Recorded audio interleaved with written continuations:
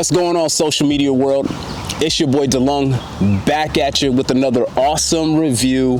What it do? I'm so excited to be talking about the second installment of Spider-Man Across the Spider-Verse. The first one, Into the Spider-Verse, that film alone back in 2018 grossed like $300 million. That is crazy. The movie right now is right at like 90 million, 100 million. So go ahead, stop what you're doing. Go buy your tickets because that movie's gonna sell out. And I'm gonna tell you why, because it's absolute fire. Speaking of fire, I wanna give a big shout out to my friends down at the Blue Mouse for holding it down 100 years.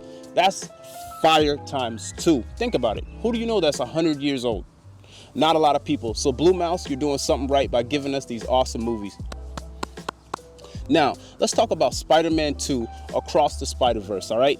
Sony was like, this movie was so graphically pleasing and so awesome that they decided to bring on 3 new directors, Joaquin Santos, Kemp Powers, and Justin Thomas, just to remake this film into something fantastic. Now, the plot of the film is about Miles. Now, he's a regular teenage kid. I think we've all been teenagers. Some of us even want to go back to being a teenager. You know what I'm saying? When I was watching the film and I was in the theater, I almost had like this surge of neurons in my mind that was like, yo, this film is so complex. How are they layering the stories?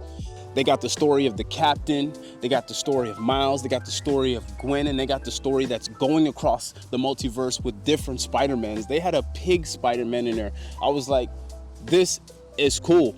And it felt like a layered cake where every time you cut into it, there's just those layers of either fudge or ice cream or just those sprinkles on top. And that's how I felt about the movie. I felt like the stories just intertwined so well. It was about 2 hours of just non-stop action. I had to stop eating my popcorn for a second because I was like, are you guys in India? They were in India. And then they shot to the moon. And on top of that, hands down, they had the best villains ever. Oh, and did I mention Issa Rae is in it and she's got a little baby. Speaking of babies, this movie is also for parents. I'm not even gonna lie to you. Miles' parents in the film, they were butting heads. They were parenting, like actually parenting. She had to check him a few times.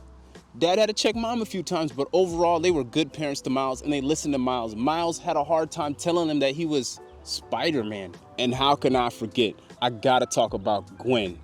Yo, she was an amazing co-star. She was beautiful, cool, hip. She, in her own way, I feel like deserves her own film. And I don't want to drop another spoiler on you guys, but I think they're going to be doing a live action film starring Gwen and Miles Morales. So I'm excited to see what Sony does with that. Anyways, I'm going to get out of here. 5 out of 5 for the new Spider-Man Across the Spider-Verse. It was hands down from a music standpoint. I know Metro Boomin did some production on there. I know A$AP Rocky has a song on there. So go ahead, go get those tickets, get down to the Blue Mouse, and make sure you watch it. All right?